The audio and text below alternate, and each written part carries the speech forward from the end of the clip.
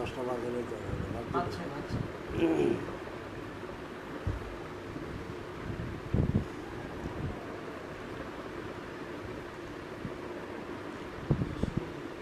বিসমিল্লাহির রহমানির রহিম লা ইলাহা ইল্লাল্লাহুল হালিমুল কারীম সুবহানাল্লাহি রাব্বিল আরশিল আযীম আলহামদুলিল্লাহি রাব্বিল আলামিন ওয়াসসালাতু ওয়াসসালামু আলা সাইয়্যিদিল আমবিয়াই ওয়াল মুরসালিন ওয়া আলা আলিহি ওয়া আসহাবিহি আজমাইন আম্মা বা'দ। মুহতারাম সামিঈন কেরাম, আজ 18ই জুলাই শনিবার 2020 খ্রিস্টাব্দ, দরসে মেশকাতের পঞ্চম সবক। তো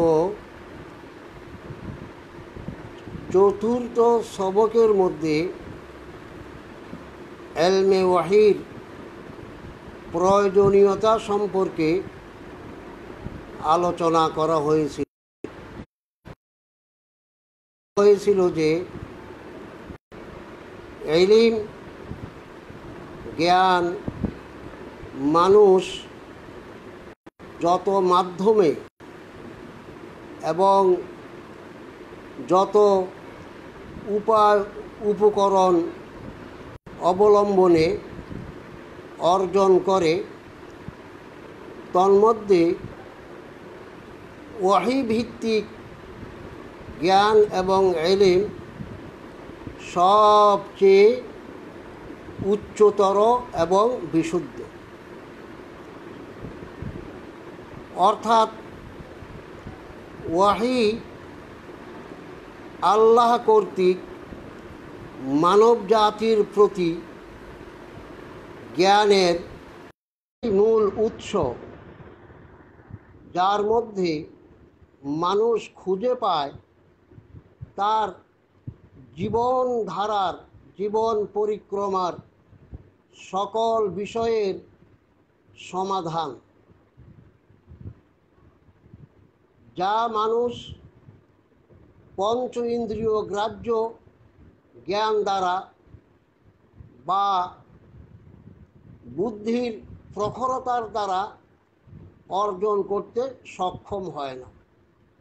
অর্থাৎ যেখানে মানুষের পঞ্চ ইন্দ্রিয় শক্তি ব্যর্থ হয়ে যায়, মানুষের বুদ্ধি, মেধা, মানুষের প্রজ্ঞা যেখানে ব্যর্থ হয়ে যায়, সেখানেই ইলমে ওয়াহী মানব জাতিকে সঠিক দিক নির্দেশনা প্রদান করে থাকে।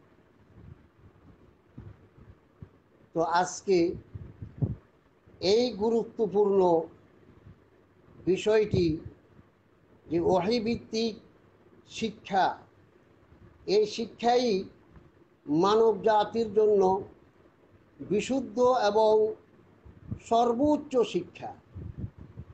এই শিক্ষার সূচনা কবে থেকে হয়েছে এবং তার ক্রমধারা কিভাবে বিদ্যমান আছে সে সম্পর্কে আলোচনা।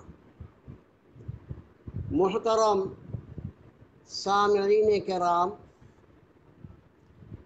যেহেতু আল্লাহ তাআলা মানব জাতিকে পৃথিবীর মধ্যে তার প্রতিনিধি হিসেবে প্রেরণ করেছেন এবং সেই প্রতিনিধির দায়িত্ব ও কর্তব্য কি হবে, তাদের জীবন ব্যবস্থা কি হবে, এজন্য আল্লাহ পাক দিন হিসাবে, ধর্ম হিসাবে ইসলামকে মনোনীত করেছেন। আর আল্লাহর নিকটে পছন্দনীয় যেই দিন, যে ধর্ম, সেটি হলো ইসলাম। আর এই ইসলামের সূচনা হজরতে আদম আলাইহিস সালাতু ওয়াসসালাম থেকেই শুরু হয়েছে। কেননা হজরতে আদম আলাইহিস সালাতু ওয়াসসালাম তিনিই পৃথিবীর প্রথম মানুষ, মানব জাতির আদি পিতা। তাকে কেন্দ্র করেই মানব প্রজন্মের সৃষ্টি, এবং তিনি সর্বপ্রথম মানব এবং সর্বপ্রথম নবী। তো সর্বপ্রথম নবী হিসাবে আল্লাহ পাকের পক্ষ থেকে সর্বপ্রথম ওহীর সূচনা হযরতে আদম আলাইহিস সালাতু ওয়াসসালামের মাধ্যমেই শুরু হয়। তো এবং আমাদের আদি পিতা হজরতে আদম আলাইহিস সালাতু ওয়াসসালাম দুনিয়ায় তশরিফ আনার পর এই এলেমের ধারা, এই এলমে ওয়াহির ধারা এবং মানুষের জীবন ব্যবস্থা যেটি আল্লাহ পাক মানুষের জন্য নির্ধারণ করেছেন তা আরম্ভ হয়। তো এখানে এই কথাটি স্পষ্ট হয়ে গেল যে ওয়াহী ভিত্তিক শিক্ষার ধারা হযরতে আদম আলাইহিস সালাতু ওয়াসসালাম থেকেই শুরু হয়েছে, এবং এই শিক্ষার ধারা এটা যেহেতু কিয়ামত পর্যন্ত মানব জাতি পৃথিবীর মধ্যে বসবাস করবে, কিয়ামত পর্যন্ত আগত মানুষকে আল্লাহর ইবাদত বন্দিগি অব্যাহত রাখতে হবে, আল্লাহর ইবাদত বন্দিগি করতে হবে। সেজন্য কিয়ামত পর্যন্ত এই এলমে ওয়াহির ধারা কিভাবে অব্যাহত থাকবে সে বিষয়টিও আমাদের জানার দরকার আছে। মুহতারম সামঈনে কেরাম, আমি এই বিষয়টির অবতারণা এভাবে করতে চাই যে আল্লাহ তাআলা আদম আলাইহিস সালাতু ওয়াসসালাম এবং হাওয়া আলাইহাস সালাতু ওয়াসসালামকে সৃষ্টি করার পর তাদেরকে বেহেশতের মধ্যে, জান্নাতের মধ্যে বসবাস করার সুযোগ দান করে। অতঃপর শয়তানের প্ররোচনায় পরাজিত হয়ে আদম আলাইহিস সালাতু ওয়াসসালাম এবং হাওয়া আলাইহাস সালাতু ওয়াসসালাম দুনিয়ার মধ্যে তশরিফ আনেন। তো দুনিয়ায় তশরিফ আনার পর আদম আলাইহিস সালাতু ওয়াসসালাম এবং হাওয়া আলাইহাস সালাতু ওয়াসসালাম ওনাদের দুনিয়ার মধ্যে প্রথম সাক্ষাৎ হয় আরাফার ময়দানে। এই আরাফার ময়দানে আদম হাওয়ার সাক্ষাতের পর ওনারা সেখানে আল্লাহর দরবারে সারাদিন কান্নাকাটা করলেন এবং নিজের ত্রুটির জন্য আল্লাহর কাছে ক্ষমা প্রার্থনা করলেন যে রব্বানা যালামনা আনফুসানা ওয়া ইল্লাম তাগফির লানা ওয়া তারহামনা লানাকুনান্না মিনাল খাসিরিন। আল্লাহ তাআলা এই ক্ষমা প্রার্থনার বদৌলতে তাদের উপরে খুশি হয়ে গেলেন। এখানে আদম এবং হাওয়া আলাইহাস সালাতু ওয়াসসালাম সন্ধ্যা পর্যন্ত, সূর্য অস্ত যাওয়া পর্যন্ত এই আরাফার ময়দানে অবস্থান করছিলেন। অতঃপর ওনারা রাত্রি যাপনের উদ্দেশ্যে আরাফা ময়দান থেকে পশ্চিম দিকে হাঁটতে হাঁটতে 6 কিলোমিটার দূরে যখন মুজদালিফায় আসলেন, এই মুজদালিফায় তারা রাত্রি যাপন করেন এবং এই মুজদালাফার মধ্যেই আদম এবং হাওয়া আলাইহিস সালাতু ওয়াস সালাম দুনিয়ার মধ্যে সর্বপ্রথম একত্রে রাত্রি যাপন করে। মুজামুল বুলদান কিতাবে উল্লেখ আছে যে মুজদালাফাকে মুজদালাফা এজন্যই বলা হয় যে এটি আদম এবং হাওয়া আলাইহিস সালাতু ওয়াস সালাম উভয়ের দুনিয়ার মধ্যে সর্বপ্রথম রাত্রি যাপনের স্থান, এজন্য এটাকে মুজদালিফা বলা হয়। অতঃপর ওনারা একটু নিরাপদ এবং উপযুক্ত বাসস্থান খোঁজার উদ্দেশ্যে আরও পশ্চিম দিকে হাঁটতে হাঁটতে যখন পবিত্র মক্কা মুকাররমায় পৌঁছান, তখন তারা দেখতে পাইলেন যে এখানের মধ্যে কিছু ফেরেশতা, অনেক ফেরেশতাকে দেখতে পাইলেন। তো কোনো কোনো মুফাসসিরিনে কেরামের ভাষ্য অনুযায়ী এইরকম বোঝা যায় যে এখানে এসে ওনারা দেখতে পান যে বর্তমানে বাইতুল্লাহ শরীফ যেখানে আছে এখানে একটি নূরের তাঁবু আছে। এই নূরের তাঁবুকে বেষ্টন করে ফেরেশতাগণ তোয়াফ করতেছেন। এরপরে আদম এবং হাওয়ার মনের মধ্যে সান্ত্বনা আসলো যে এই জায়গাটি আমাদের বসবাসের উপযোগী।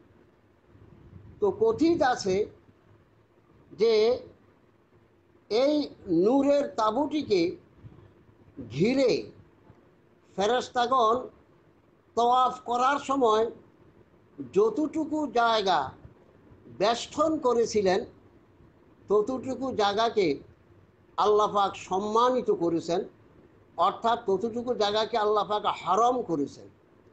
তো বর্তমানে যে হারামের যেই সীমানা, যে চতুর্দিকের যে সীমানা, এই সীমানাটা এইভাবে নির্ধারণ হয়েছে যে এখানের মধ্যে ফেরেশতাগণ যেই নূরের তাঁবুটিকে তোয়াফ করছিলেন সেই তোয়াফ করার সময় যতটুকু এহাতা, যতটুকু অঞ্চলকে ওনারা বেষ্টন করেছিলেন ততটুকু অঞ্চলই বর্তমানে হারাম শরীফ হিসাবে চিহ্নিত। এরপর আল্লাহ পাক হজরতে ইব্রাহিম আলাইহিস সালাতু ওয়াস সালামকেও ওয়াহির মাধ্যমে এই হারামের সীমানা নির্ধারণ করে দেন।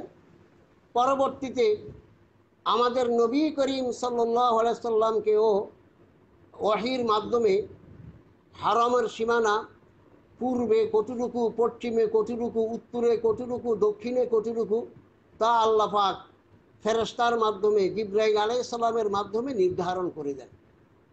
তো মুহতারাম সামিঈন কেরাম, যে এই সময়ের মধ্যে ওই নূরের তাঁবুটিকে আল্লাহ পাকের নির্দেশে বেহেশতে স্থানান্তর করা হয় এবং আল্লাহ পাকের পক্ষ থেকে হযরতে আদম আলাইহিস সালামকে ফেরেশতাগণ জানিয়ে দেন যে আপনাকে আল্লাহ পাক দুনিয়াতে পাঠিয়েছেন আল্লাহ পাকের ইবাদত করার জন্য, তাই আপনি ইবাদতের জন্য ঘর নির্মাণ করেন। এবং ফেরেশতাগণ বললেন যে ঘর কিভাবে নির্মাণ করতে হবে এই ব্যাপারে আল্লাহ পাকের দিক নির্দেশনা অনুযায়ী আমরা আপনার সহযোগিতা করব, আপনাকে দেখিয়ে দেব। এরপরে হযরতে আদম আলাইহিস সালাতু ওয়াস সালাম তিনি এই সর্বপ্রথম আল্লাহ পাকের পক্ষ থেকে আদেশ প্রাপ্ত হয়ে ওয়াহির মাধ্যমে ফেরেশতাদের সহযোগিতায় এখানে বাইতুল্লাহ শরীফ নির্মাণ করেন। তো এই বাইতুল্লাহ শরীফ দুনিয়ার সর্বপ্রথম ঘর। এর আগে এই দুনিয়ার মধ্যে অন্য কোনো ঘর ছিল না। এখানে লক্ষণীয় বিষয় যে আদম এবং হাওয়া আলাইহিমুসসালাম দুনিয়াতে আসার পর ওনারা সর্বপ্রথম ওই কাজটি করলেন যেই কাজের জন্য আল্লাহ পাক আদম আলাইহিসসালাম এবং হাওয়া আলাইহিসসালামকে দুনিয়াতে পাঠিয়েছিলেন, অর্থাৎ ইবাদতের জন্য। তো তারা ইবাদতের জন্য সর্বপ্রথম ঘর নির্মাণ করেন এবং নিজেদের থাকার জন্য এখনো কোনো ঘর তারা নির্মাণ করেন নাই। এটি আল্লাহ পাক সূরা আলে ইমরানের ৯৬ নম্বর আয়াতের মধ্যে ইরশাদ করেন, ইন্না আউওয়ালা বাইতিন উযিয়া লিন-নাসি লাল্লাযী বিবাক্কাতা মুবারাকান ওয়া হুদাল লিল আলামিন ফীহি আয়াতুম বায়্যিনাতুম মাকামু ইব্রাহিম ওয়া মান দাখালাহু কানা আমিনা। তো এই আয়াতের মধ্যে আল্লাহ পাক স্পষ্টভাবে ঘোষণা করেন যে মানব জাতির হেদায়েত, কল্যাণ এবং মুক্তির দিশারি হিসাবে সর্বপ্রথম পৃথিবীর বুকে যে ঘর স্থাপিত হয় সেটি হলো পবিত্র বাইতুল্লাহ শরীফ, কাবা শরীফ, যা মক্কা নগরীতে অবস্থিত। তো এখানেই আদম আলাইহিসসালাম এবং হাওয়া আলাইহিসসালাম থেকে আল্লাহ পাকের ইবাদত বন্দেগী করতে থাকেন এবং এই মক্কা নগরীতে তারা বসবাস আরম্ভ করেন।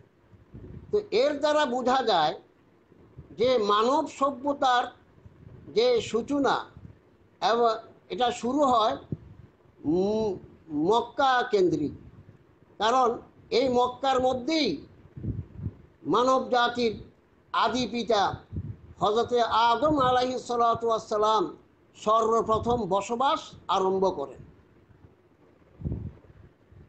তো এই মক্কাকে কেন্দ্র করেই মানব প্রজন্মের এই বৃদ্ধি হতে থাকে।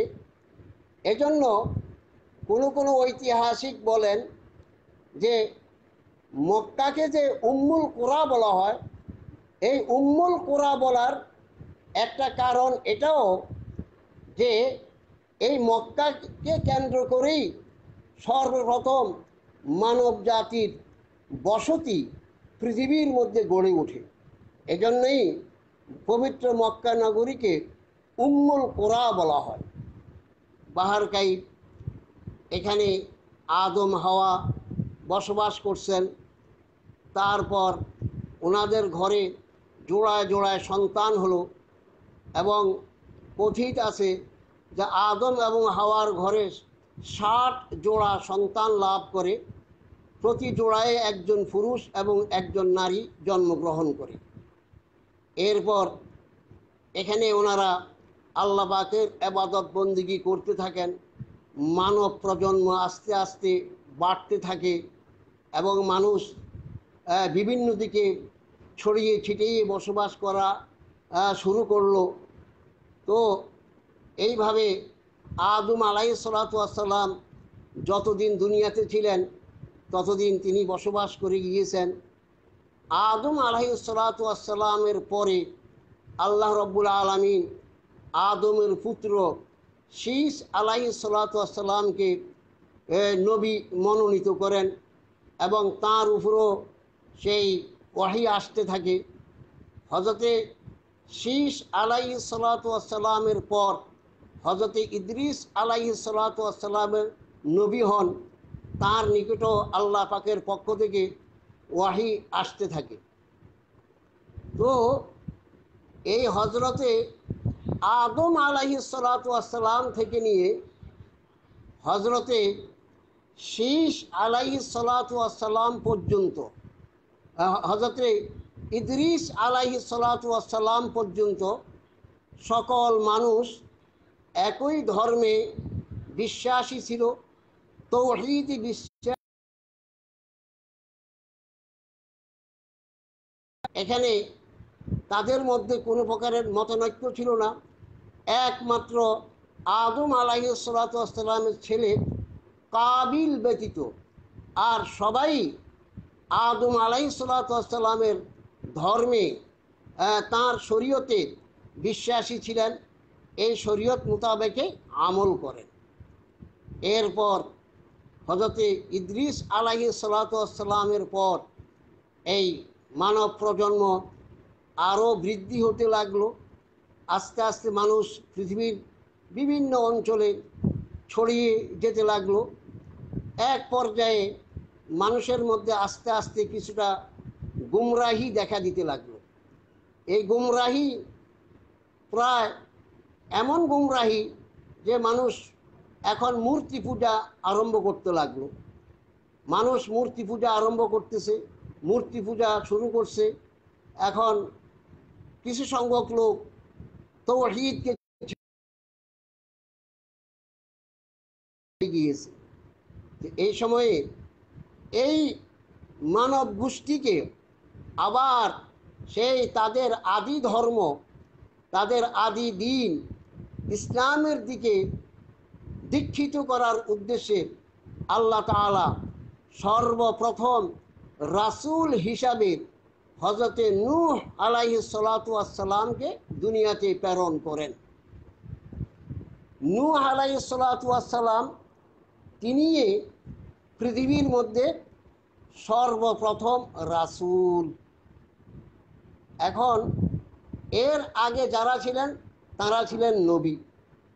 এখানের মধ্যে তলেবে ইলমগণ একটা বিষয়ে নিয়ে তাদের একটা মানে থাকে যে নবী এবং রসুলের মধ্যে পার্থক্য কী।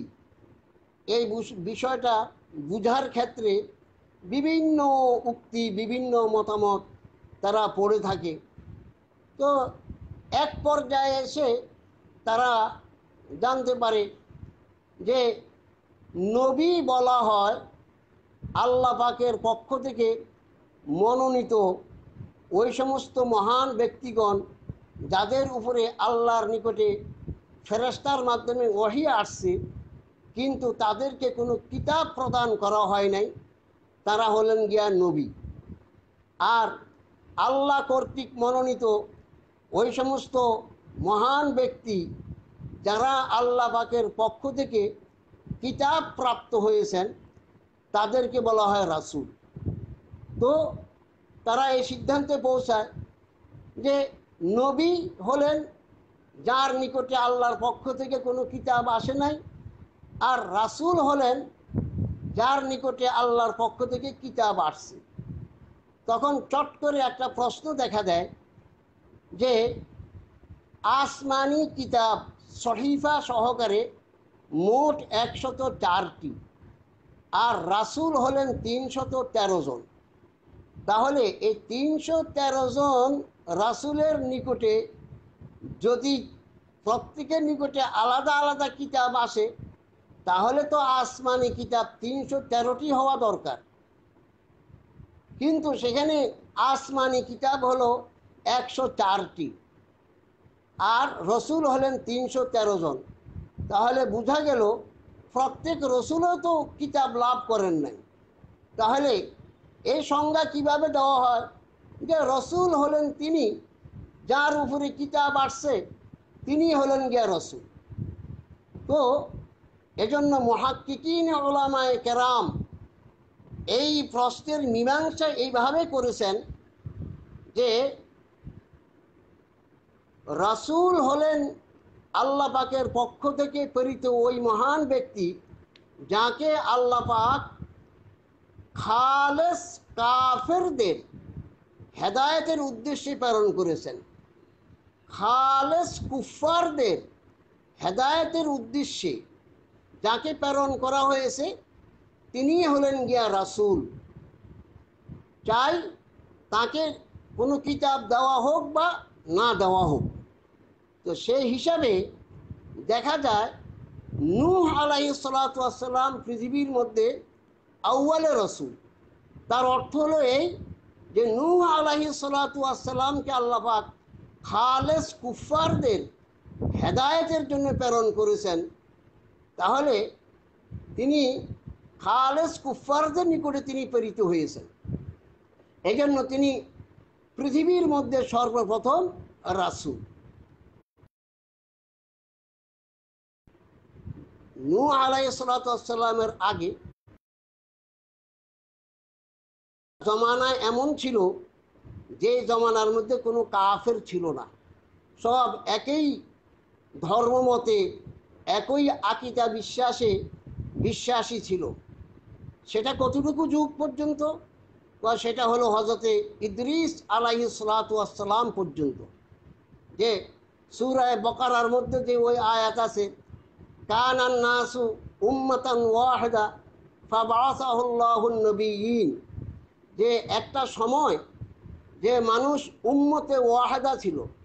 উম্মতে ওয়াহিদা বলতে আব্দুল্লাহ ইবনে আব্বাস রাদিয়াল্লাহু তাআলা আনহু সহকারে বড় বড় মুফাসসিরিন কেরাম ব্যাখ্যা করেছেন যে মানুষ একই আকীদায় বিশ্বাসী ছিল, একই ধর্মমতের উপরে প্রতিষ্ঠিত ছিল। সেটা হলো তাওহীদ ভিত্তিক দ্বীনের উপরে প্রতিষ্ঠিত থাকা। অর্থাৎ মানব জাতি একটা সময় পর্যন্ত খালেস আকীদায়ে তাওহীদের উপরে বিশ্বাসী ছিল। ওই সময়ের মধ্যে অন্য কোনো কুফরি মতবাদ মানুষের মধ্যে প্রবেশ করে নাই। এখন আসুন, যে মানুষ একটা সময় পর্যন্ত যে একই ধর্মাদর্শে একই আকীদা বিশ্বাসী ছিল, সেটা কোন জমানা থেকে কোন জমানা পর্যন্ত? তো মুফাসসিরিন কেরাম বলেন যে হযরতে আদম আলাইহিস সালাতু ওয়াস সালাম থেকে নিয়ে হযরতে ইদ্রিস আলাইহিস সালাতু ওয়াস সালাম এর জমানা পর্যন্ত একমাত্র কাবিল ব্যতীত আর সকল মানুষ একই ধর্মাদর্শে একই আকীদা বিশ্বাসী ছিল, ঐক্যবদ্ধ ছিল, এবং তারা খালেস আকীদায়ে তাওহীদকে লালন করতেন। তাদের মধ্যে শিরিকের অনুপ্রবেশ ঘটেনি। এবং এটা কতদিন? হযরতে আদম থেকে নিয়ে ইদ্রিস আলাইহিস সালাতু ওয়াস সালামের সময় পর্যন্ত এটা হলো 10 করণ। এখন এই 10 কুরুন, প্রতি এক করণ হয় 100 বৎসরে, তাহলে 10 করণে 1000 বৎসর। এই 1000 বৎসর পর্যন্ত সমস্ত মানুষ এক আকীদায়ে তাওহীদকে লালন করেছে, এক আল্লাহর ইবাদত বন্দেগী করেছে, তাদের মধ্যে শিরিকের অনুপ্রবেশ ঘটে নাই। এরপর ইদ্রিস আলাইহিস সালাতু ওয়াস সালামের পরে যখন জনসংখ্যা বাড়তে লাগলো, মানুষ ছড়িয়ে ছিটিয়ে যেতে লাগলো, আস্তে আস্তে মানুষ পাথর খনন করে মূর্তি বানাতে লাগলো এবং পূজা করতে আরম্ভ করলো। এই পূজা দেখা দেখি কুল্লু জাদীদিন লাযীজুন, প্রত্যেক নতুন বিষয়ের প্রতি মানুষের একটা আকর্ষণ থাকে। এই একজনের দেখা দেখি আরেকজনে এরকম বানাতে লাগলো। বানাতে বানাতে একেবারে গোটা অঞ্চল মানব জাতির মধ্যে একটা কুফরি অনুপ্রবেশ করে ফেলল। এখন কুফরি মতবাদে ছেয়ে গেছে সারা বিশ্ব। এই কাফেরদেরকে হেদায়েত করার উদ্দেশ্যেই, তাদেরকে আবার তাওহীদের পথে ফিরিয়ে নেওয়ার উদ্দেশ্যেই আল্লাহ রাব্বুল আলামিন নূহ আলাইহিস সালাতু ওয়াস সালামকে আউয়ালে রাসূল করে দুনিয়াতে পাঠিয়েছেন। এই হিসাবে তো ওই মতবাদটি ঠিক যে রসুল বলা হয় তাকেই, যাকে আল্লাহ পাক খালেস কুফারদের হেদায়েতের জন্য দুনিয়ায় প্রেরণ করেন, তিনি হলেন আউয়ালে রসুল। তাহলে 1000 বৎসর পর্যন্ত এই আকীদায়ে তাওহীদে মানুষ বিশ্বাসী ছিল। এরপরে যখন কুফরি আরম্ভ হয়ে গেল, তখন আল্লাহ পাক নূহ আলাইহিস সালাতু ওয়াস সালামকে এই কাফেরদের হেদায়েতের উদ্দেশ্যে দুনিয়ার মধ্যে প্রেরণ করেন। এরপর নূহ আলাইহিস সালাতু ওয়াস সালাম 950 বৎসর দাওয়াতের কাজ করেন, আল্লাহর পথে মানুষদেরকে আহ্বান করেন। দিবা রাত্রি অহর্নিশি তিনি মানুষদেরকে এক আল্লাহর ইবাদতের দিকে আহ্বান জানান। কিন্তু তার শ্রম সাধনা অনেকটাই ব্যর্থ হয়েছে। যে 950 বৎসর দাওয়াতের কাজ করার পর কোনো কোনো মুফাসসিরিনের মতে ৩৯ জন পুরুষ এবং ৩৯ জন নারী তারাই একমাত্র ঈমান এনেছে। এবং নূহ আলাইহিস সালাম স্ত্রী সহকারে মোট ৮০ জন মানুষ ওই সময় মুমিন ছিল। এরপর নূহ আলাইহিস সালাম আল্লাহর কাছে বদদুয়া করলেন যে আল্লাহ রব্বিলা তাজার আলাল আরদি মিনাল কাফিরিন দাইয়ারা, আল্লাহ এই কাফেরদের কোনো ঘর বাড়ি এই দুনিয়ার মধ্যে রাখবেন না, তাদেরকে আপনি ধ্বংস করে দিন। এবং তাদেরকে যদি রেখে দেন তাহলে তাদের থেকে যারা জন্ম নিবে তারাও কাফের হবে। নূহ আলাইহিস সালামের এই দোয়া আল্লাহ পাক কবুল করলেন। নূহ আলাইহিস সালামকে আল্লাহ পাক নৌকা জলযান বানানোর জন্য আদেশ করলেন। নূহ আলাইহিস সালাম আল্লাহ পাকের ফেরেশতার সহযোগিতায় এই নৌকা নির্মাণ করলেন এবং এই নৌকার মধ্যে যত মুমিন আছে সকলদেরকে তিনি উঠাইয়া নিলেন। এরপরে আল্লাহ পাক এই মহাপ্লাবন দ্বারা ওই গোটা মানব জাতিকে ধ্বংস করে দেন। তো এই নূহ আলাইহিস সালামের এই নৌকার থেকে অবতরণের পর যারা তখন দুনিয়ার মধ্যে মানুষ ছিল তারা সবাই আবার কানান নাস উম্মাতান ওয়াহিদা হয়ে গেছে, একই উম্মত, একই দলভুক্ত হয়ে গেছে। এরপরে আবার পৃথিবীর মধ্যে আকীদায়ে তাওহীদের চর্চা চলতেছে, কিন্তু এক পর্যায়ে গিয়ে আবারও মানুষের মধ্যে বিভ্রান্তি দেখা দেয়। এইভাবে বিভ্রান্তি দেখা দিতে দিতে দিতে দিতে পরবর্তীতে আল্লাহ পাকে অন্যান্য নবী রাসূলদেরকেও পাঠিয়েছেন, কিন্তু ইব্রাহিম আলাইহিস সালামের জমানায় এসে মানুষ একেবারেই কুফরির সীমানা ছাড়িয়ে গেছে। যে তখন ওই সময়ে নমরুদ ছিল সারা পৃথিবীর সম্রাট। সারা পৃথিবীর সম্রাট এজন্য বলছি যে তাফসীরে মাআরিফুল কোরআনে এক জায়গায় লিখছে যে আল্লাহ তাআলা সমগ্র পৃথিবীর কর্তৃত্ব, ক্ষমতা এবং বাদশাহী করেছেন চার মধ্যে, দুইজন কাফের এবং দুইজন মুসলমান। কাফের দুইজনের একজন হলো নমরুদ, আরেকজন হলো বুখত নাসারা। আর মুসলমানদের মধ্যে, মুমিনের মধ্যে যে দুইজনকে সারা পৃথিবীর কর্তৃত্ব ক্ষমতা দান করেছিলেন তার মধ্যে একজন হলেন হযরতে সুলাইমান আলাইহিস সালাম, আর অপরজন হলেন সেকান্দার বাদশাহ সেকান্দার। যাক, তো আমি বলতেছিলাম যে নমরুদ এমন ক্ষমতাধর যে সে সারা পৃথিবীর মানুষদের উপরে কর্তৃত্ব করত এবং মানুষদেরকে কুফরি করার জন্য বাধ্য করত এবং মানুষ কুফরিতে নিমজ্জিত হয়ে যায়। আল্লাহ পাক হযরত ইব্রাহিম আলাইহিস সালামকে এই সময়ে দুনিয়ার মধ্যে প্রেরণ করেন এবং তাকে অনেকগুলো সহিফা দান করেন। কোনো কোনো মতে ইব্রাহিম আলাইহিস সালামকে 10টি সহিফা দান করা হয়, যেমন কোরআনে এক সূরার মধ্যে আছে, সূরা আলার মধ্যে আছে সুহুফ ইব্রাহিম, সুহুফ ইব্রাহিম ও মূসা।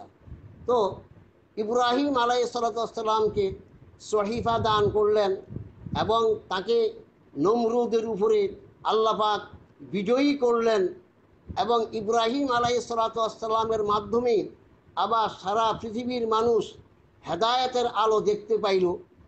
এই ইব্রাহিম আলাইহিস সালাম তিনি হলেন আল্লাহর খলিল এবং তাকে বলা হয়, ইব্রাহিম আলাইহিস সালামকে বলা হয় শাজারাতুল আম্বিয়া।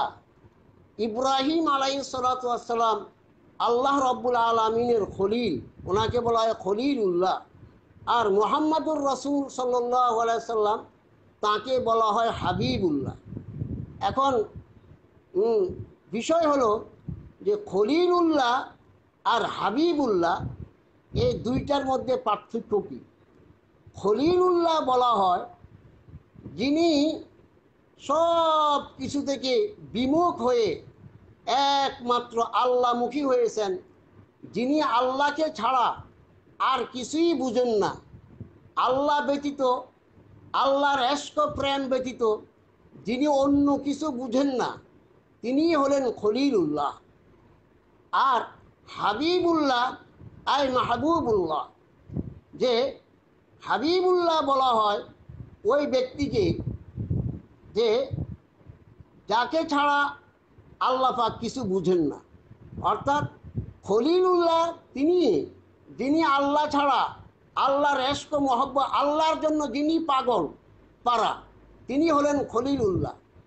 আর হাবিবুল্লাহ হলেন আল্লাহ যার জন্য পাগল পারা, তো তাকে বলা হয় হাবিবুল্লাহ।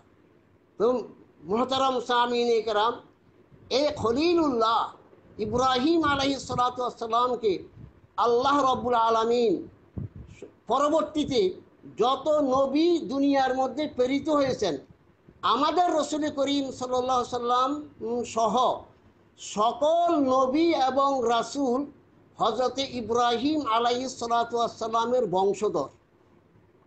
তো যেহেতু ইব্রাহিম আলাইহিস সালাতু ওয়াস সালামের পরে যত নবী এবং রাসূল এই দুনিয়ার মধ্যে আসছেন, সকল নবী এবং রাসূল হযরতে ইব্রাহিম আলাইহিস সালাতু ওয়াস সালামের বংশধর।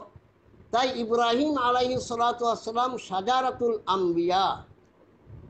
কিভাবে? যে ইব্রাহিম আলাইহিস সালাতু ওয়াস সালামের দুই পুত্র সন্তান, একজন হযরতে ইসমাঈল আলাইহিস সালাতু ওয়াস সালাম, যার বংশে আমাদের নবী করিম সাল্লাল্লাহু আলাইহি সাল্লাম এর জন্ম। আর দ্বিতীয় পুত্র হলো হযরতে ইসহাক আলাইহিস সালাতু ওয়াস সালাম, যার বংশের মধ্যে হযরতে ঈসা আলাইহিস সালাতু ওয়াস সালাম পর্যন্ত বনি ইসরাইলের সকল নবীর জন্ম। এবার আসুন, এই হযরতে ঈসা আলাইহিস সালাতু ওয়াস সালাম পর্যন্ত হযরতে ইসহাক আলাইহিস সালাতু ওয়াস সালামের পরে যত নবী রসুল এসেছেন, তাদেরকে বনি ইসরাইল কেন বলা হয়? বনি ইসরাইল বলার কারণ কি? বলা হয় হযরতে ইসহাক আলাইহিস সালাতু ওয়াস সালাম আল্লাহর নবী ছিলেন। তিনি বাইতুল মুকাদ্দাস মসজিদে ইবাদত করতেন। এখানে একটা বিষয় জানার দরকার, যে হযরতে ইব্রাহিম এবং ইসমাঈল আলাইহিস সালাতু ওয়াস সালাম বাইতুল্লাহকে পুনর্নির্মাণ করেন, কাবা শরীফকে। এই বাইতুল্লাহ শরীফ পুনর্নির্মাণের পর হযরতে ইসমাঈল এবং হযরতে ইব্রাহিম আলাইহিস সালাতু ওয়াস সালাম মসজিদে আকসাকে নির্মাণ করেন। অর্থাৎ মসজিদে আকসার প্রতিষ্ঠাতা হযরতে ইব্রাহিম আলাইহিস সালাতু ওয়াস সালাম এবং তার সহযোগী ছিলেন হযরতে ইসমাঈল আলাইহিস সালাতু ওয়াস সালাম। তো এবং হযরতে ইসমাঈলও নবী ছিলেন, হযরতে ইসহাকও নবী ছিলেন।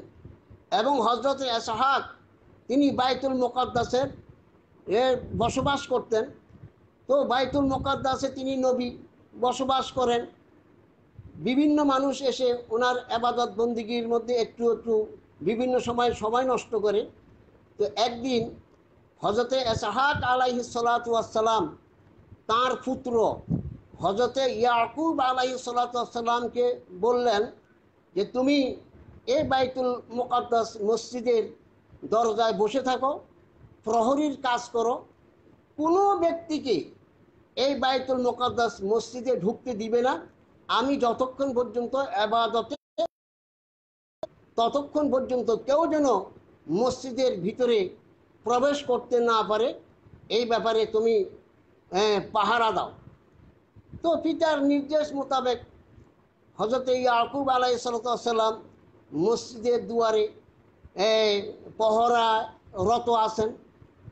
আর হযরতে ইসহাক আলাইহিস সালাম মসজিদের ভিতরে ইবাদতে মশগুল আছেন। তো কিছুক্ষণ পর হযরতে ইয়াকুব আলাইহিস সালামকে পরীক্ষা করার জন্য একজন ফেরেশতা মানুষের ভেষে আসলো।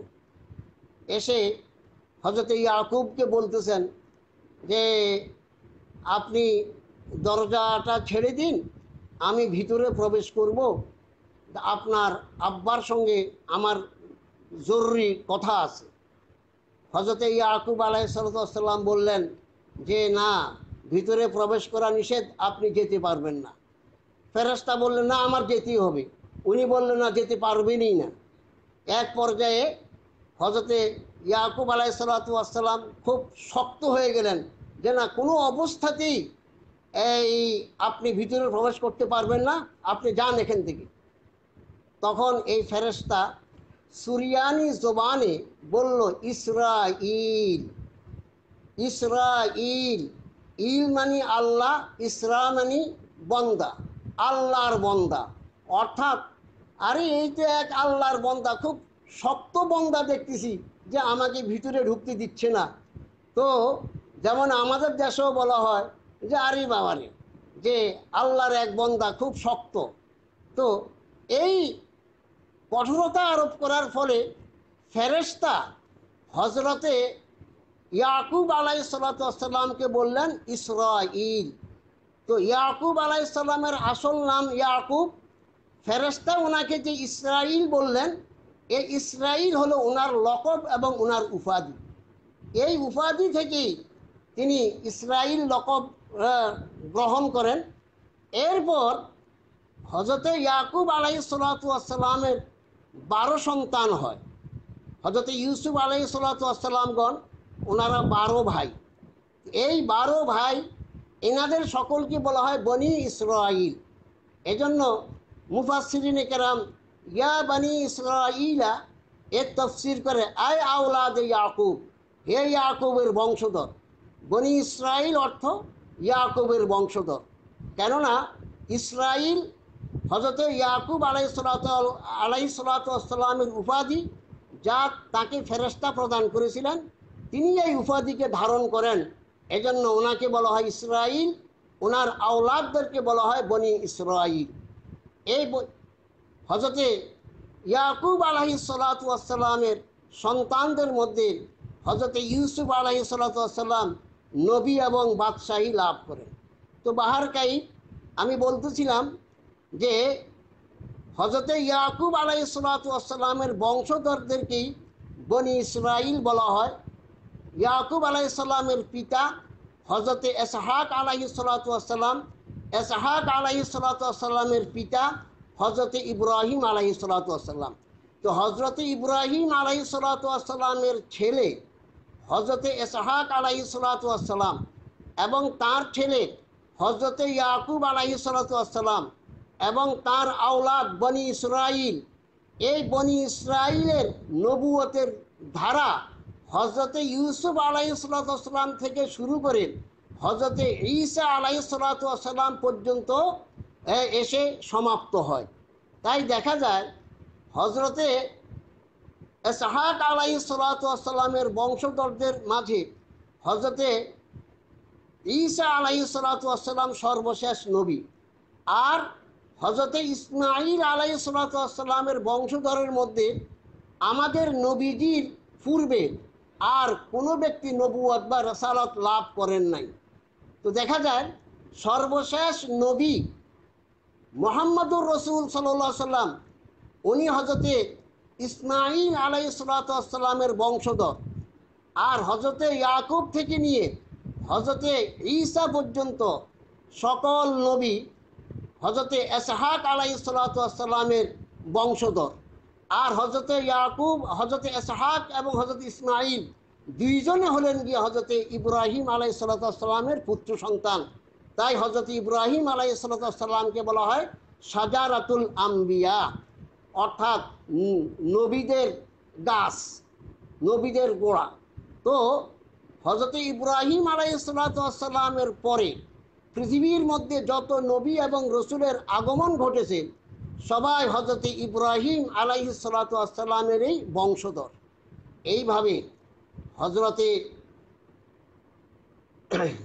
ঈসা আলাইহিসসালামের দুনিয়ার থেকে আসমানে তশরিফ নেওয়ার পর দীর্ঘ সময় পর্যন্ত এই দুনিয়ার মধ্যে আল্লাহ পাক আর কোনো নবী এবং রসুল প্রেরণ করেন নাই।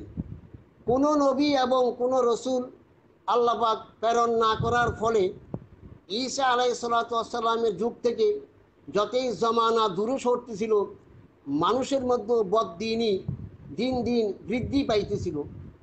তো ঈসা আলাইহিসসালামের জন্ম থেকেই আপনার খ্রিস্ট সন গণনা করা হয়। আর কেহ কেহ বলেন যে না, ওনাকে যখন আসমানে উঠাইয়া নেওয়া হয়েছে তখন থেকে খ্রিস্ট সন গণনা আরম্ভ হয়।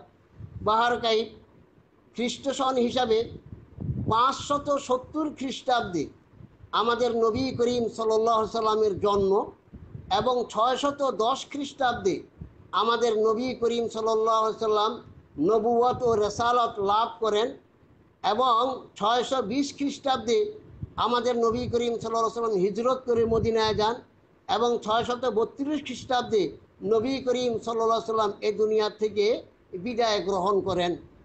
তো মুহতারম সামঈনে কেরাম, আমি বলতেছিলাম যে এই এলমে ওয়াহির ধারা হযরতে আদম আলাইহিসসালাম থেকে শুরু হয়ে আমাদের নবী করিম সাল্লাল্লাহু আলাইহি সাল্লাম পর্যন্ত এসে থেমে যায়।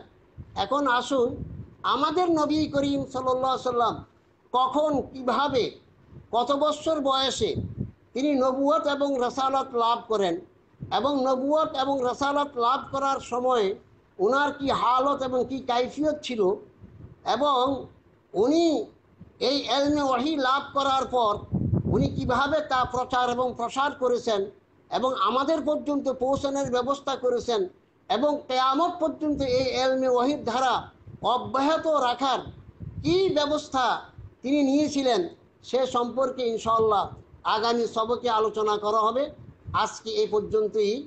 তো আমাদের এই আলোচনার দ্বারা এতটুকু বুঝে আসলো যে ওয়াহি কাকে বলে, ওয়াহির আকসাম কি সেটাও আমরা জানতে পারলাম, ওয়াহির প্রয়োজনীয়তা সম্পর্কেও আমরা জানতে পারলাম, ওয়াহির সূচনা কখন থেকে আরম্ভ হয়েছে এবং এই ধারাবাহিকতা কখন এসে বন্ধ হয়েছে এবং ভবিষ্যৎ প্রজন্ম কিভাবে এলমে ওয়াহির আলোকে জীবনযাপন করতে পারবে, তার কি ব্যবস্থা, এ সম্পর্কে একজন তালেবে ইলমকে সম্যক অবগতি লাভ করা আমরা জরুরি মনে করি।